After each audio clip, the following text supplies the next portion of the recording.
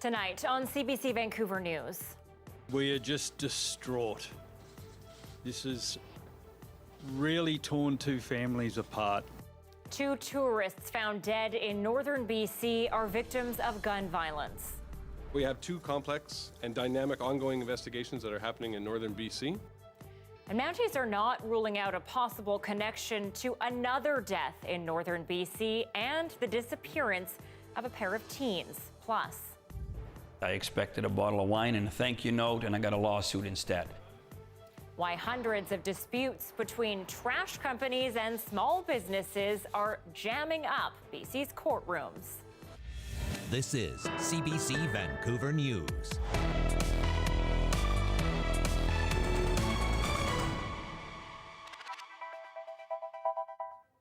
Good evening. It's a case in northern BC that has shaken families right to their core.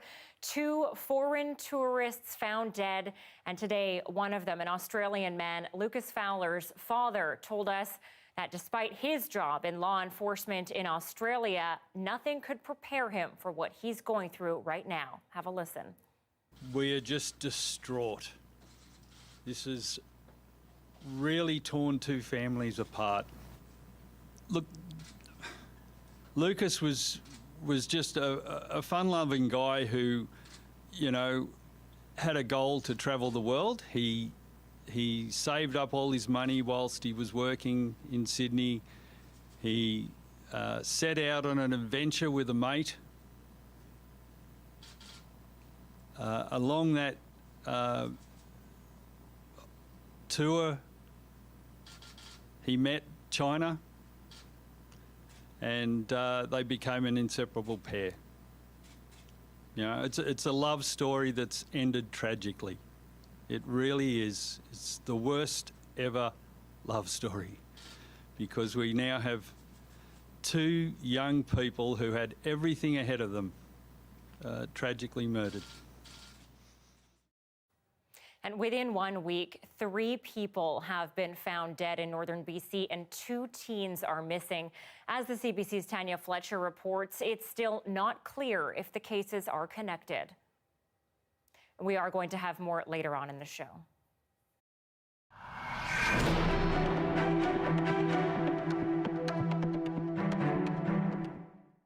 Well, hundreds of contract disputes between small businesses and waste disposal companies are clogging up our courtrooms. As the CBC's Jesse Johnston explains, it's one of those scenarios where there's a lot in the fine print. Here you got all the samples, the different manufacturers. Ben Prince, who owns a countertop business in Abbotsford, didn't know much about his waste disposal contract until he tried to get out of it. After 8 years with Maple Leaf Disposal, he decided it was time to move on to another company. I expected a bottle of wine and a thank you note, and I got a lawsuit instead. In the fine print of his agreement, there were automatic renewal clauses and cancellation penalties. He lost in court and was ordered to pay a penalty for breaching his contract. At first I thought, well, I might be just the only idiot out here that gets screwed. But when you find out that it happens every day, then I go, well, something's got to change. In Richmond, Peter Chung's story is almost identical. When he tried to terminate his contract with Northwest Waste Solutions, he got slapped with a civil suit too. The small print in the contract is totally unfair. It's all one-sided. This lawyer has handled several similar cases. He says the terms are often unnecessarily complicated. It's usually someone in an administrative type position, not a management position, that's signed off on these contracts. Or it's someone who's not familiar with what they're dealing with. And in the worst case scenario, yeah, fine, go talk to a lawyer about it, but do you really need to talk to a lawyer about renting a garbage can? Hundreds of cases like this end up in court. This is a list of cases involving Maple Leaf Disposal. This is a list of cases involving Super Save Disposal. And this is a list of cases involving Northwest Waste Management, which now goes by the name Revolution. None of those companies would grant the CBC's request for an interview. Now, BC's former Solicitor General says it's time for the province to take a hard look at the industry. I've never been one to rush to legislation, but where you're seeing hundreds and hundreds of cases go to the courts, the industry won't address it in a reasonable and responsible way, there's always a role for the legislator. Prince can admit when he's wrong. He knows he should have read the fine print of his contract. but that doesn't mean he thinks what happened to him is fair. And he says when Chung and hundreds of other companies are in the same position as him, it's time for a change. Jesse Johnston, CBC News, Vancouver. All right, let's take you back to our top story now. Tanya Fletcher has more on a possible connection between multiple deaths in northern BC. It's unusual to have two major investigations undergoing of this nature in northern BC at the same time. Two locations far apart, both isolated and possibly connected. We have two complex and dynamic ongoing investigations that are happening in northern BC. And they have major crime working on both files at this time. The first crime scene, a remote stretch of the Alaska Highway in northern BC. This is where a young couple was found shot dead a week ago, not far from Liard Hot Springs, a popular tourist spot. 23-year-old Lucas Fowler was from Australia. His girlfriend, 24-year-old China Deese from North Carolina. They were last seen in this surveillance video at a gas station 4 hours away in Fort Nelson. The pair had set out on a road trip days before their bodies were found near their abandoned van. Fowler's father, an Australian police officer, is in BC searching for answers himself. As you know, I may be an experienced police officer, but today I'm standing here as the father of a murder victim. He describes the two as fun-loving and free-spirited. You know, it's a love story that's ended tragically. It really is. It's the worst ever love story. RCMP don't have a suspect, but they have released this sketch of a man seen speaking with Fowler on the highway shortly before the pair died. There was a conversation, my understanding is, and that's why investigators are looking to speak with this individual who may have information. 4 days later and several hundred kilometers away, another mystery, this one near Dease Lake. A pickup truck outfitted with a sleeping camper was discovered on fire, the owners nowhere to be seen. But not far away, this man was found dead along a highway pullout. It's not clear what kind of connection he had, if any, to the camper truck. It was being driven by 19-year-old Cam McLeod and 18-year-old Briar Schmigelski from Vancouver Island. They'd been heading to Whitehorse to look for work. They're just kids on an adventure. Like, they're good boys. They're really good boys. They've been friends since elementary school. Schmigelski's father says he last heard from his son in this text message 10 days ago. Me and Cam are going to Alberta today. I won't have internet for a while, so I'll talk to you when I can. A mystery left unsolved and a father left helpless, making this plea to police. I'm saying, as a dad, those two boys are still out there. Go find them. Tanya Fletcher, CBC News, Vancouver. And near Merritt, another missing persons case. As Brady Strachan reports, the search is on for two men from Surrey. The Surrey man's SUV was found just outside Logan Lake. News of the missing man and their abandoned vehicle has been the talk of the town here. Locals say it's rare their small community makes the provincial news, so naturally they're curious about the case. Well, I just hope that they're okay, but I don't know, there's just so many scenarios. The two missing men are 38-year-old Ryan Provenche and 37-year-old Richard Skur. They were last seen getting into a white 2019 Jeep Grand Cherokee in Surrey last Wednesday. The RCMP say the vehicle has since been discovered abandoned more than 300 kilometers away near Logan Lake. The main thing at this point is that this is unusual behavior for both of these people to be out of contact with their families and loved ones for this long. Their family and police are concerned, so we're asking anyone with information to assist us in our investigation. The RCMP have not indicated that foul play is suspected in their disappearance, and they say there is nothing to suggest that the case is related to the two Vancouver Island teens missing near Dease Lake, where their burnt-out pickup truck was recently located. Still, the case of the abandoned SUV and the missing men is on the minds of many in Logan Lake. I don't think it would have anything to do with this town, but there's a lot of people that are going disappearing in this province, so it could very well be part of something much bigger. The RCMP are asking anyone who has seen the missing men or their SUV to contact them. Both men are described as Caucasian with short brown hair. Skur is 6 feet tall and weighing 220 pounds with brown eyes.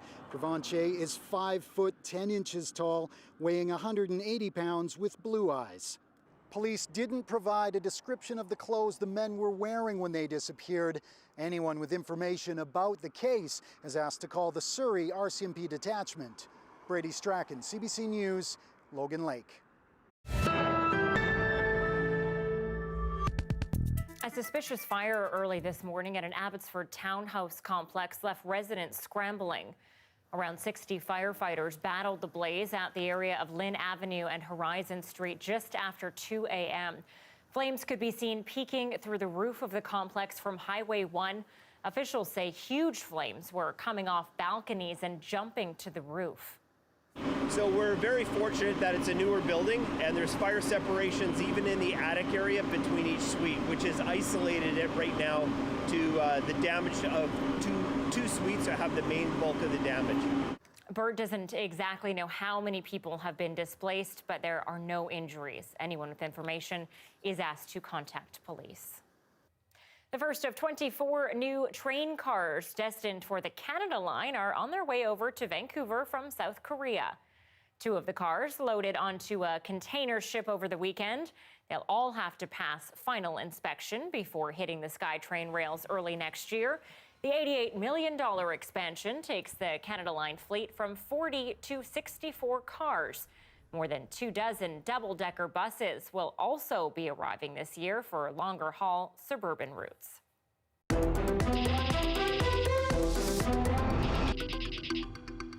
Well, hundreds of landowners along the Trans Mountain route have yet to sign agreements despite the pipeline's expansion reapproval. And those holdouts are frustrated by what they call an unfair process. In a filing back in June, Trans Mountain said it was working to finalize more than 1,100 land acquisition contracts along the route. Nearly half of those properties belong to private landowners, like Bob Regard, who owns a slice of acreage in Aldergrove. 3 Trans Mountain pipelines have already crossed her property, and she says she hasn't signed the new agreement because she's lost faith in the company's ability to protect the local environment. The pipeline has already been underway since 2012 and has already had a devastating impact on my life and my property. The ecological damage that has already been done to my property is irreversible, and there's going to be even more under the construction phase. The lack of environmental protection to my creek, to the riparian area, to the trees, to the wildlife has just gobsmacked me. Guard says no one is acknowledging her concerns. In a statement, Trans Mountain says our key objective is to treat each landowner fairly and equitably, adding we have worked to identify and address landowners' concerns and questions to reach jointly equitable solutions. If landowners refuse to sign on, Trans Mountain can enact a Section 104, which gives it right of entry to a property.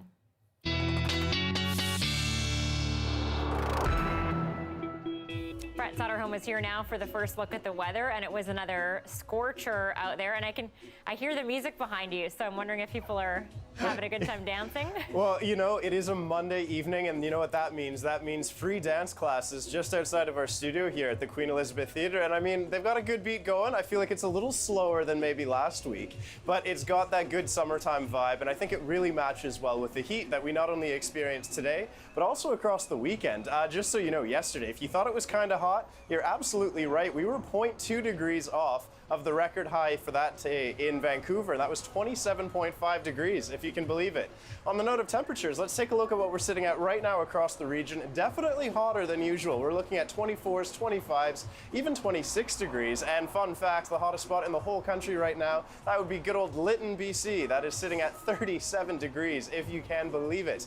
We don't really have anything going on the satellite or radar right now because it's all been very sunny down here. It's been lovely. But up toward the north, I do want to mention I've personally been watching a lot of lightning activity going on to the far northwest. Now, the fire danger rating up there is a little bit higher, so this has me a little concerned for maybe some fires that would be potentially sparking up into the region, but we don't have any of that to be worrying about down here. Temperatures throughout the overnight tonight are going to be going down to about 15 degrees or so, and when we get to tomorrow's daytime highs, it's going to be fairly similar to what we experienced today. All right, thanks very much, Brett. You're welcome. Well, the Vancouver Island community of Cumberland was built on coal mining and logging, but these days it's becoming a hotspot for tourism. And as the CBC's Megan Thomas reports, it's successfully reinventing itself as a mecca for outdoor recreation. On a sunny afternoon, mountain bikes roll through Cumberland's historic and hip downtown. They're heading for the nearby forest. It's clear this is no longer a struggling industrial town. Instead, bikes and their riders are now a key piece of Cumberland's economy. If you look at the businesses up and down Main Street, they all have vehicles there with mountain bikes on the rack. People are coming as a destination mountain bike community. But the roots of Cumberland's transformation are found in the nearby forest. Work to start conserving the vast forest next to the village started nearly 20 years ago. It was a unique situation. The forest lands are privately owned rather than Crown land. Instead of having to sway government officials, parcels of land could just be purchased by the Cumberland Community Forest Society, but it wouldn't be cheap. They thought the community was nuts. Like, how are you going to do this? We call it like a David and Goliath story. How are you going to do this on bake sales and plant sales? But there was such an incredible community momentum that happened. There was a lot of musicians and artists involved. And then there became some very generous private donors within the community who actually leveraged financing out of their houses to do the first purchase. Despite the odds, the plan worked. So far, 110 hectares of forest have been purchased and conserved, with plans for more. Local mountain bikers had long built trails through the forestry lands, but they were technically illegal. United Riders of Cumberland formed and started advocating for a better way. We signed a land use agreement which was pretty monumental for Vancouver Island. The land use agreement includes private landowners, specifically some forest companies, as well as the village of Cumberland. And that's when things really changed. We could invest in infrastructure, so like single-span aluminum bridges, we could put signage up.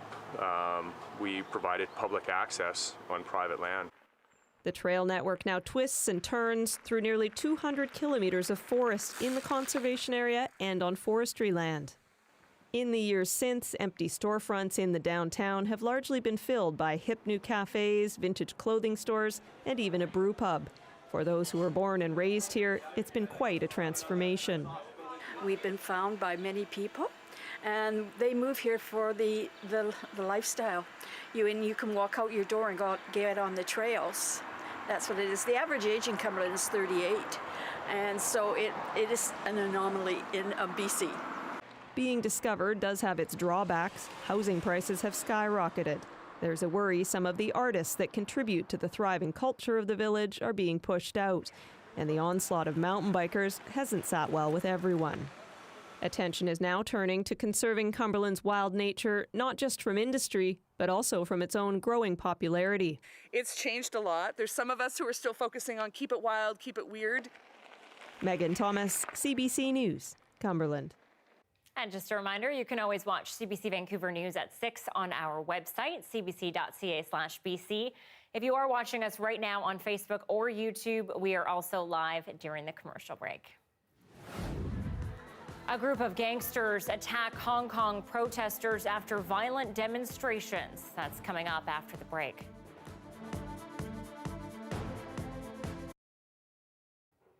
A Vancouver couple is hoping to inspire more people to take on a low-waste lifestyle. As John Hernandez reports, the pair has produced just 4 bags of garbage in 3 years. When it comes to living zero waste, Oliver Giving and his partner, Elizabeth Ormandy, aren't perfect, but they're pretty close. At this point, I think it'll take us like 2 decades or something like that to fill up an entire trash can in Vancouver. This was all the garbage they produced in over 3 years. The grand total, 4 shopping bags. Both Oliver and I have these deep values that are committed to having minimal impact. And it's fun to try and figure out ways to live in alignment with those. It was an achievement that required strategy for the low-waste lifers. They made their own household cleaner out of vinegar and water and made their own deodorant. They steered clear of plastics and found as many compostable items as they could. Once our stock of floss runs out, we're going to switch over to silk. As for what ended up inside the bags, non-recyclable twist ties and those sneaky little plastic things on the bread packets that you get, some floss, toothpaste tubes. People in Vancouver produce about half a ton of waste each year. The average household leaves behind a bag of garbage each week. But District Waste Manager Paul Henderson says the zero waste movement is growing. I think in general we're all realizing that it's important to make change in order to protect the environment and look to the future generations. About 2/3 of all waste gets recycled in the region.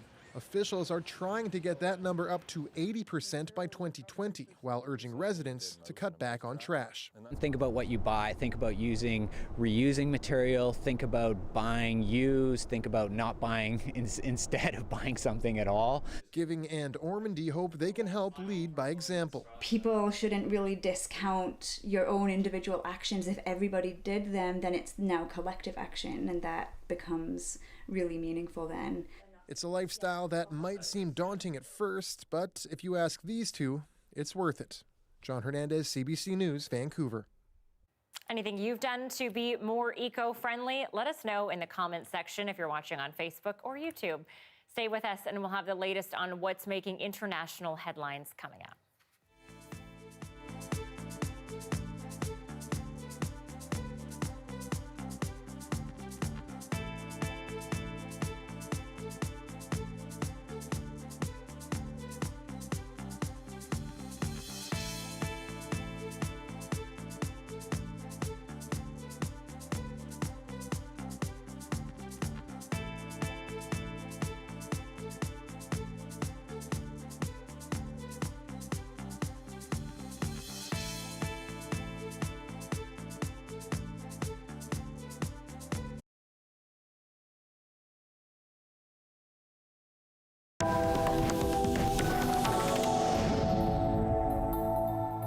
Hong Kong is reeling today after suspected gang members attacked pro-democracy protesters over the weekend. The demonstrators were chased and clubbed aboard trains and inside a subway station. As the CBC's Sasha Petrusik reports, the Hong Kong government is condemning the violence. Workers are out cleaning Sunday's political graffiti as leader Carrie Lam tries to keep Hong Kong's political mess from growing. Violence is not a solution to any problem. Clashes in the territory threaten to spiral out of control, and she's struggling to contain them. Violence will only breed more violence. And at the end of the day, the whole of Hong Kong and the people will suffer. Sunday's violence shocked Hong Kong, that's already seething, as pro-democracy protesters headed home from a largely peaceful march. Masked men with white shirts stormed the subway, a mob armed with sticks and rods. A young protester on his knees at the doors of the subway, begging to be spared the kind of serious injuries dozens are now nursing. To add insult to injury, many say calls for help went unanswered by police. Pro-democracy lawmakers suggest collusion between officers and attackers. Thugs, they say, are linked to criminal gangs. The government, the Carrie Lam regime, and the police force owe the Hong Kong people a thorough explanation. The police commissioner denies any sinister motives. There are also various allegations arising from the incident. I want to reiterate that the police will not tolerate any violence. He says he didn't have enough officers to respond sooner, but arrests are now underway. As for the attackers, they didn't identify themselves, but a video showing them applauded by a pro-Beijing lawmaker and holding Chinese flags suggests an allegiance to China. Beijing has denounced the pro-democracy protesters and what the Chinese leadership calls their direct assault on national dignity. Clearly, patience is wearing thin. But for now, Beijing seems content to leave the matter in Hong Kong's hands, with no threats of direct Chinese intervention. Sasha Petrusik, CBC News, Beijing. The governor of Puerto Rico had a message last night for the tens of thousands of protesters there demanding his resignation. He will not be stepping down. He did say, though, he would not run for re-election. But as Paul Hunter tells us, that only seems to have fueled the fire. Marching today in the many tens of thousands, the frustration and fury in Puerto Rico is clear. The government is corrupt, he says. We take to the streets to be respected. We're tired of this. It's been years, said this man. The people have awoken. Indeed, the island is not only still recovering from the ferocious Hurricane Maria in 2017, but it's mired in a recession that's lasted more than a decade. Puerto Rico is deeply in debt, its government accused of corruption, and this month, further scandal. Leaked text messages by Governor Ricardo Rossello that were deeply vulgar, homophobic, and misogynistic. Reconozco que disculparme no es suficiente. He's refused to cede power despite demonstrators demanding he step down. He's a terrible governor. In Washington today, Donald Trump weighed in. Himself long accused of not doing enough to help the U.S. territory. Who can forget his now infamous flip of paper towel rolls to Puerto Ricans in need after the hurricane? Said Trump today, U.S. hurricane relief money has disappeared. American aid to Puerto Rico was squandered, wasted, stolen. You have incompetent, totally, grossly incompetent leadership at the top of Puerto Rico. Last week in San Juan, the protests turned violent. Today, peaceful but in force. Among the demonstrators, singer Ricky Martin. That's him waving the blackened Puerto Rican flag, symbolizing resistance. And underlining to Puerto Ricans now filling the streets, the resistance is strong and growing. Paul Hunter, CBC News, Washington. The UK is organizing a naval force to patrol the Persian Gulf in response to Iran's seizure of a British-flagged tanker. As the CBC's Cameron McIntosh reports, talks are underway to try to get the ship released. An Iranian flag is flying in place of a British one on the Stena Impero. Today, Iran released this video, a first look at some of the sailors after spending the weekend in Iranian custody. All of it drawing sharp condemnation here in London, where after meeting allied nations all weekend, the British Foreign Secretary says the UK will put together a naval coalition to ensure safe passage in the Persian Gulf. Under international law, Iran had no right to obstruct the ship's passage, let alone board her. It was therefore an act of state piracy, which the House will have no hesitation in condemning. Now, tensions in the area have been on the rise for weeks as the U.S. builds up a presence in the Gulf after pulling out of the Iran nuclear deal. The UK and EU, however, want to save that deal. So that's why Hunt is putting some distance between himself and the U.S., saying this will be a European-run mission, but may complement U.S. efforts. So if Iran continues on this dangerous path, they must accept the price will be a larger Western military presence in the waters along their coastline, not because we wish to increase tensions, but simply because freedom of navigation is a principle which Britain and its allies will always defend. Now, just what this all will look like is still unclear. More details will come later this week. The Royal Navy is sending another destroyer to the area. Hunt is talking about running convoys. For now, sanctions against Iran are not on the table. Meanwhile, this all comes as a new British Prime Minister, most likely Boris Johnson, will be named tomorrow, starting his new tenure with an international crisis.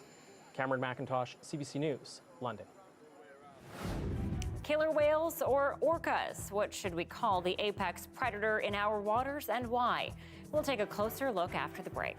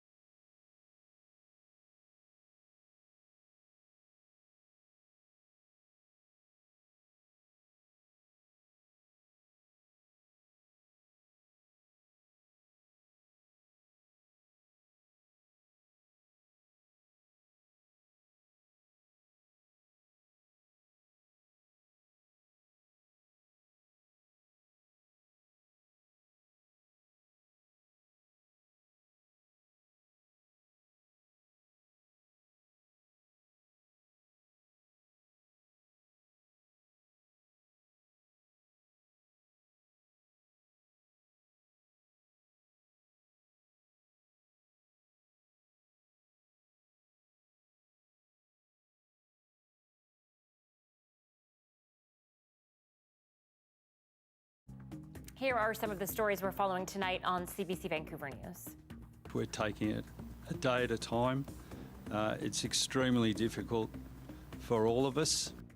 2 tourists found dead in northern BC are victims of gun violence. Australian Lucas Fowler and his American girlfriend China Deese were found a week ago on a remote section of the Alaska Highway. Now police are hoping to speak with this man, believed to have been talking with Fowler the night before the pair's death.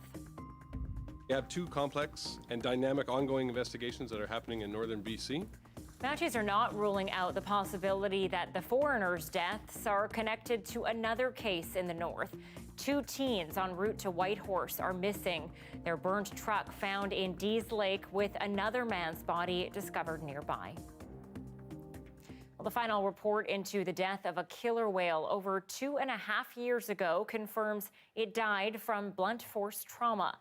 J34, an 18-year-old male nicknamed Double Stuff, was found dead near Seashelt on December 20th, 2016. At the time of discovery, Fisheries and Oceans Canada said the orca was likely struck by a ship. And our fascination with killer whales is the focus of a new CBC original podcast. As part of its release, our Tamara Beluja investigated why orcas are called killer whales. Take a look. Killer whales, whether you love them or fear them, one thing's for certain. Killer whales kill.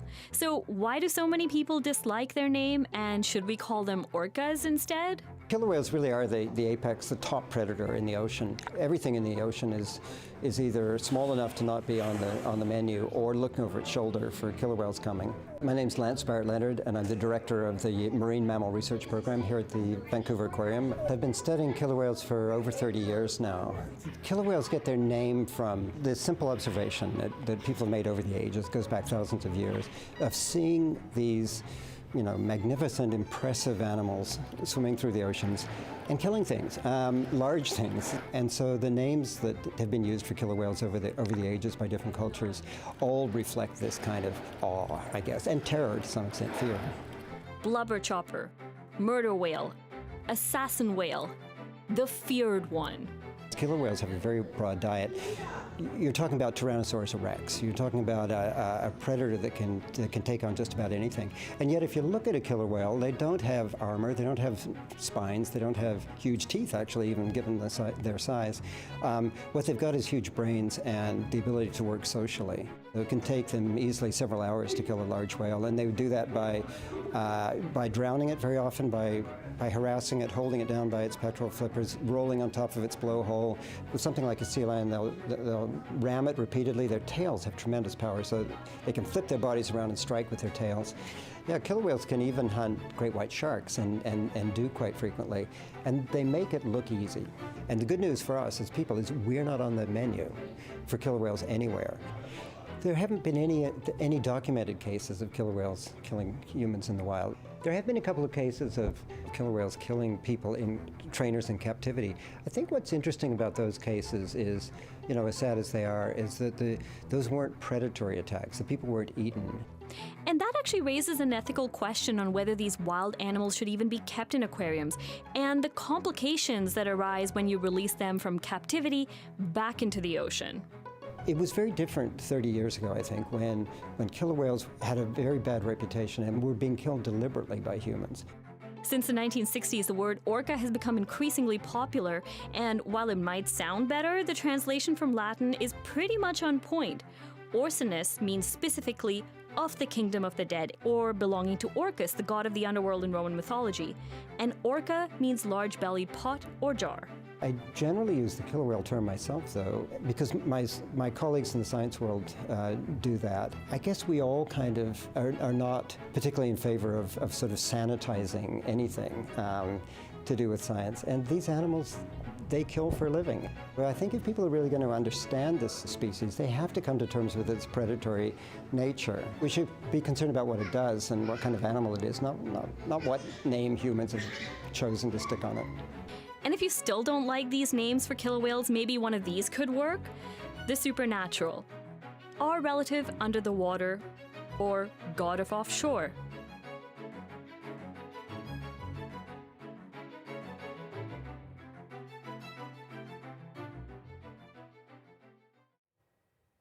So what's pushing J-Pod to the brink of extinction? Join host Gloria Makarenko on CBC British Columbia's newest original podcast, Killers, available now on our website and wherever you listen to your podcasts. You are looking at a live shot tonight downtown Vancouver with the North Shore in the distance. Another scorcher out there. And well, it's only going to get hotter. Brett is here with the full forecast coming up.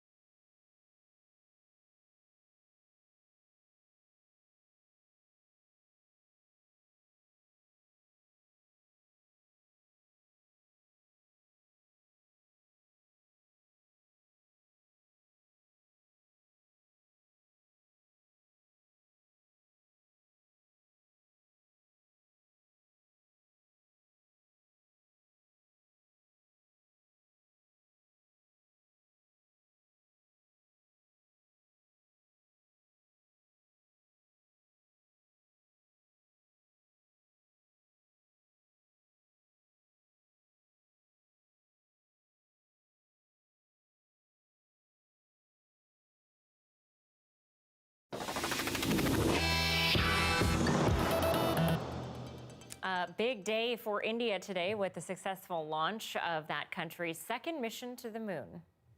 3, 2, 1, 0. Indian Prime Minister Narendra Modi watched the launch from his New Delhi office 2,000 kilometers away. But people gathered to celebrate everywhere across the country. The unmanned spacecraft is intended to make a controlled landing on the south pole of the moon sometime in September. And interestingly enough, the US, Russia, and China are the only other countries to have made this kind of soft landing and allow a rover to explore the moon's surface. Pretty cool. I saw some footage. People there were very excited today. Yeah, I could imagine. It's a really exciting thing. It still boggles my mind to think that we here on this Earth can create some technology that is able to work on a completely different body. It's really impressive. So I know when we last spoke on Friday, you were excited about the heat. Did you manage to get out to Abbotsford and enjoy the heat? I went out to Abbotsford for a good 10 minutes, picked up some blueberries from my parents, and then came back. So I experienced the scorcher that it was out there, but it was pretty hot out here too. It was pretty hot out here too. So if anyone was in the Lower Mainland, you know what we're talking about. And if you like the heat, I've got good news. It is going to continue. But let's take a look back at what started the day today. It really was quite a nice one. And if you're going to notice here, there's kind of something missing up until about right there. Yeah, that was the only cloud that we got. 9 o'clock in the morning. There you go. After that, it was all sunshine. Okay, I lied. There were a few more right there. But either way, you get the gist. It was nice and sunny and a great day.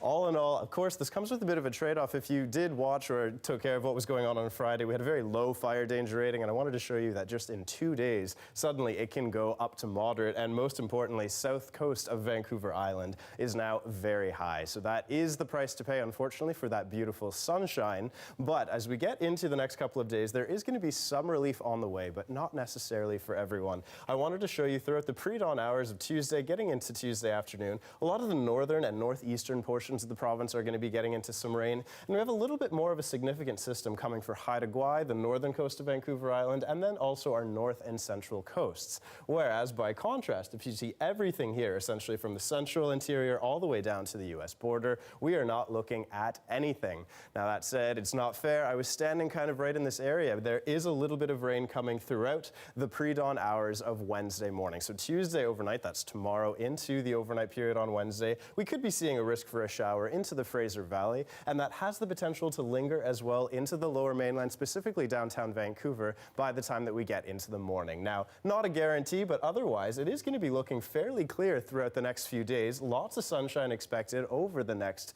couple of days, and as I mentioned, really, Wednesday's the only day to be watching out for first thing in the morning. Aside from that, it's already looking, if you're looking ahead like me to next weekend, I think you're probably going to like what's in store. So not a lot to complain about, and it really does feel like summer has arrived finally in Vancouver. I love it, and no hint of a cloud on Saturday there. I'm feeling pretty good about that so far. That sounds great. And speaking of summer, Vancouver's Bard on the Beach is known for taking Shakespeare plays and boldly reimagining them. Oh yeah, and this year is absolutely no different, with a unique Indian twist on an adaptation of All's Well That Ends Well. CBC's Tamara Beluja took in the play and spoke with its cast and crew. We're here at Bard on the Beach in Vancouver, and we're here to check out a new production of a Shakespearean play called All's Well That Ends Well. Now, this version might be different from what you're used to because it's actually set in 1946 India, right as the British are leaving the country, and India is on the cusp of independence. So we're going to go talk with the actress and the director and find out what makes this version unique.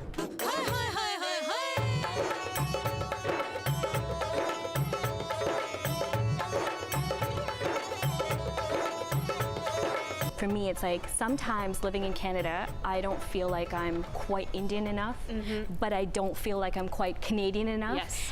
And plays like this kind of bridge that gap. Yes. I wonder how that feels for you as an actress. Do you feel like some of that too? Especially in Shakespeare's time, there's some language that talks about, oh, this woman is so fair and beautiful, and you're like, well, I don't know how it's gonna, and so we're having to re-examine the language and change it to find new meaning so that it can be inclusive for everybody. To set it in pre-partition India, it's really special because suddenly we're getting so many more South Asians coming to see the show, and we can see their faces in the audience, and suddenly they can see themselves in the story in a way that maybe they couldn't before. And that was one of the things that really struck me too, is that I was like, are there so many Indian or like Indian descent actors here in Canada? And where are they? Why don't I see them all the time, Yeah, well, because usually you get like, oh, maybe there's one or two in every play, you know what I mean? And it really doesn't show the wealth of talent that our community has.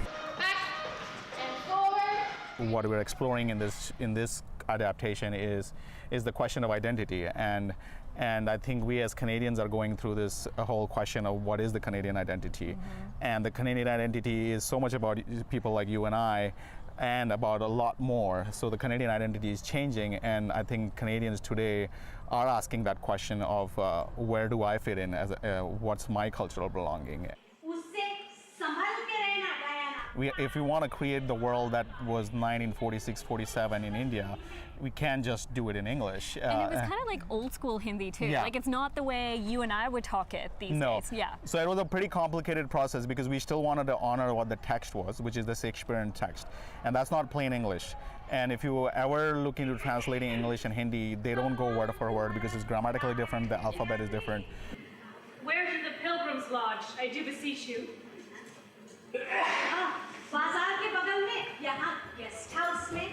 All's Well That Ends Well runs until August 11th at Bard on the Beach. For CBC News, I'm Tamara Beluja.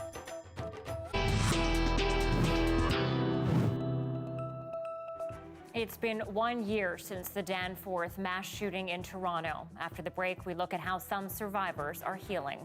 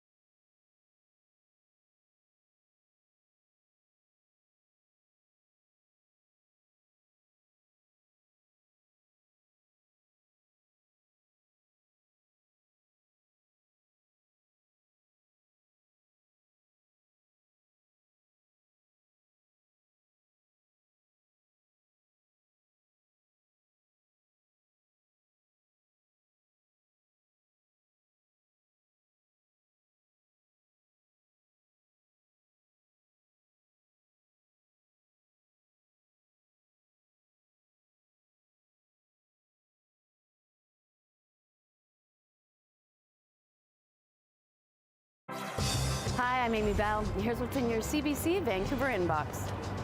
What's killing the southern resident killer whale population? Gloria Makarenko dives deep in our new original podcast, Killers, J-Pod on the Brink. And your favorite summer tradition is back. Musical Nooners is back for its 10th year. So grab a lunch and a friend and enjoy free concerts weekdays at noon all summer long. For more on these events, check us out online, cbc.ca/BC.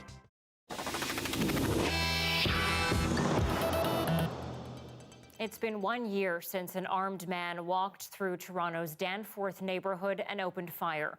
The horrific attack spanned 18 minutes. And on the grim anniversary, the CBC's Natalie Nanowski is looking at how survivors are coping. If my birthday cake had been served on time, my entire family would have been walking out of the restaurant. And right into the shooter's path. Jody Steinhauer was having dinner with her fiancé Lori, her parents, and children at Christina's restaurant when they heard gunshots. Everyone just immediately froze and looked down, and someone said, yelled, "He's got a gun." And then we heard a woman screaming. And before I turned around, Lori had gone out onto the street and yelled, "She's been shot, clear the deck." So we brought her into the front of Christina's and lay her on the bench. That woman was one of 13 injured when gunman Faisal Hussein opened fire at the corner of Logan and Danforth. Then he made his way west, targeting diners, before shooting himself. 10-year-old Juliana Kozis was killed that night. So was Quinn Fallon's sister, Reese. She had just graduated from high school. Every day I'll wake up and hope that it's a nightmare, and then I just realize that she's gone. I would say she's funny, she was sassy, she was really outgoing, she was just really fun to be around. And we remember. The community has spent the last year healing. Yesterday, a memorial was held for the victims and survivors. Danielle Kane ran out to help that night when a bullet hit her spine, paralyzing her. Without a doubt, been the most challenging year in my life. But I mean, I've had the wonderful support of my partner Jerry, and I'm fighting through it. I just feel so comforted knowing that everyone is behind us, and it has been a good way to kind of mark the anniversary. Kevin Price's daughter has recovered from being shot in the hip. Now his family is on a mission. The fact that there are 1 million handguns that are legally allowed to be owned in this country seems ridiculous to us. Steinhauer feels the same way. But I think it really taught Torontonians and anybody anywhere, you really just have to kind of be aware and be grateful, because you can't stop something like that from happening. Natalie Nanowski, CBC News, Toronto. With the federal election just 3 months away, we can expect to get plenty of campaign messages sent to our phones. And as Yvonne Colbert explains, that's raising privacy concerns. The robo-text from Sarah has been showing up on a lot of Nova Scotia phones, asking, can the Conservative Party count on your support in the next federal election? A question about it on my Facebook page elicited a response from more than 250 people. Some were happy to respond yes, others not as pleased. And people aren't just talking about it online. I feel like it's kind of invasive to get messages from political parties asking if you'll support them in the next elections. Sean Williams has 2 phones, one for work, the other personal. He received the text on both phones and replied no. It was just to show them that I wasn't interested in receiving these text messages from a political party. It wasn't that it was from the Conservative Party, but any political party. I didn't think that it was appropriate to be soliciting my support in that way.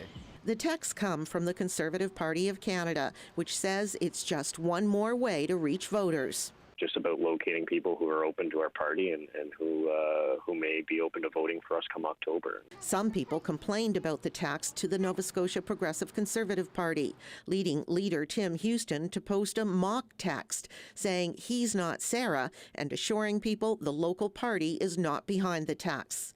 In one post, Houston wrote, "Different party, different leader, different membership." The federal Conservatives are making no apologies for the robo-tax, which are legal. We've chosen to use it. We've chosen to use it because it's working well for us.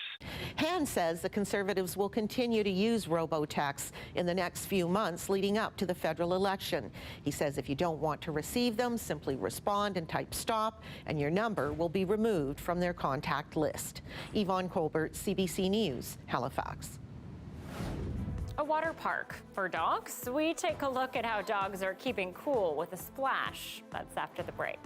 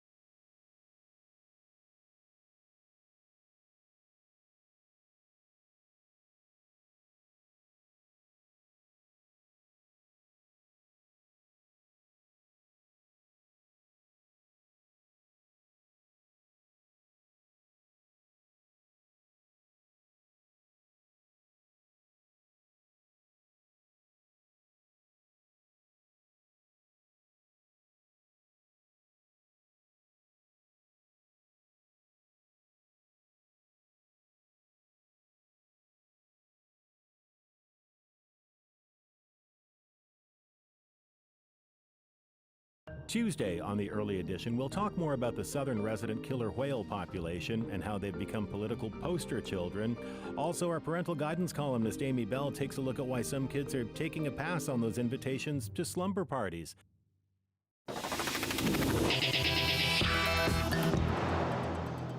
Well, swimming lessons have gone to the dogs, it seems.